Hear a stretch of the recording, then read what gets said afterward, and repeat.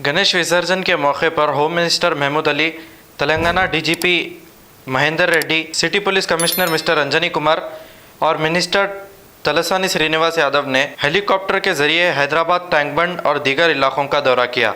आइए देखते हैं ये रिपोर्ट।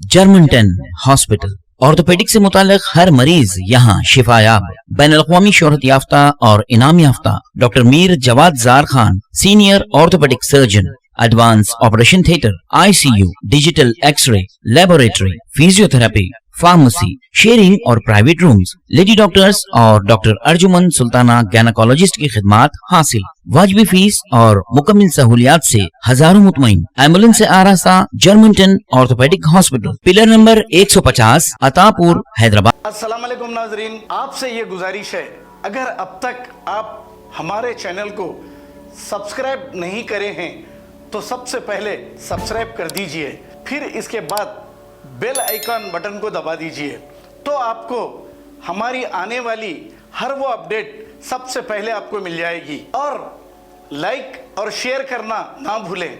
7H न्यूज़, सिर्फ आपकी आवाज़।